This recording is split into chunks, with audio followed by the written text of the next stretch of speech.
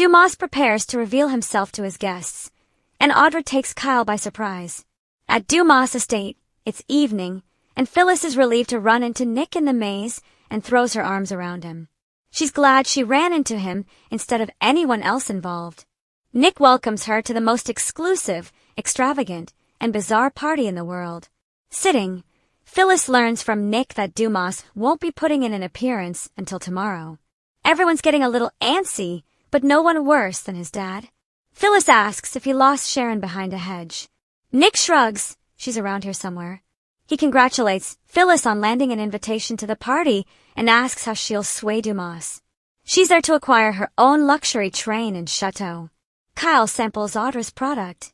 In the maze, Kyle is trying to get self-service when he runs into Audra. She asks if he's lost or if he followed her. They walk, and Audra asks who he's trying to reach. He says Claire's dad is in the hospital and he wants to check in. Audra hopes Cole will be okay. Kyle realizes she's sincere and asks if she's hoping to reach Nate. She says yes, they have a friend facing cancer and she promised to send lots of pictures. Kyle notes she has a compassionate and kind side.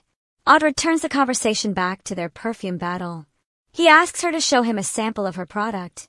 She asks, "Are you saying you'll show me yours if I show you mine?" Audra tells Kyle she won't be sharing her perfume with him. The first person to experience it will be Dumas. They banter, but in a friendly way, as she teases that she can't trust him with groundbreaking information. He thinks she might be overselling it, but she assures him that soon, he'll find out just how right she is. Audra tells Kyle the product she has is special and unique. Kyle wants a whiff. He can't set up a lab to copy it there. She argues he can change his product before showing Dumas. Kyle wonders if she even has a product.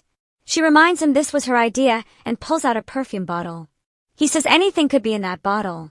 She spritzes it on, and Kyle admits, not bad. Audra wants to know what he really thinks. He admits, it's intoxicating. Near the maze, Diane complains to Jack about Dumas dragging this out and not even showing up. In his study, Dumas watches them all on video feeds.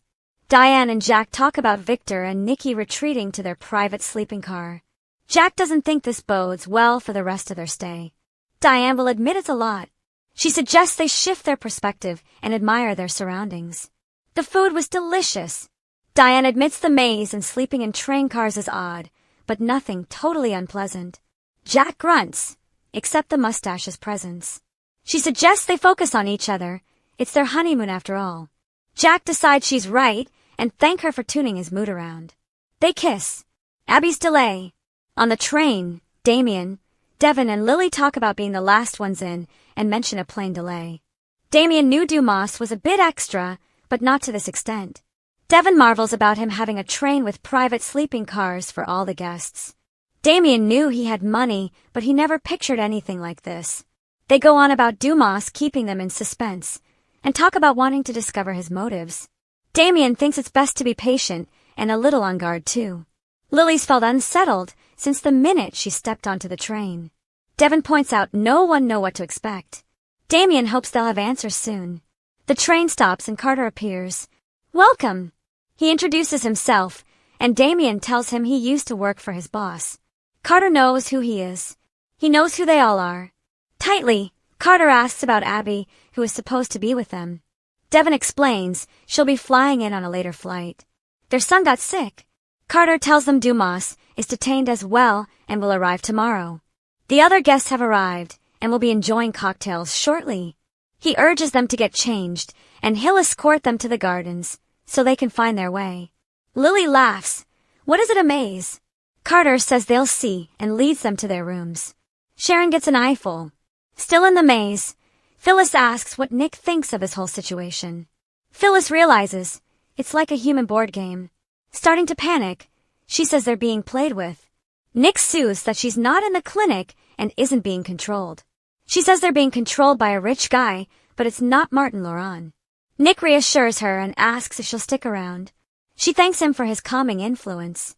She will put herself together, and maybe this will help with her trauma. Nick's very proud of her. She always finds a way through. Phyllis is glad he's there with her. They embrace and Sharon appears and spots them.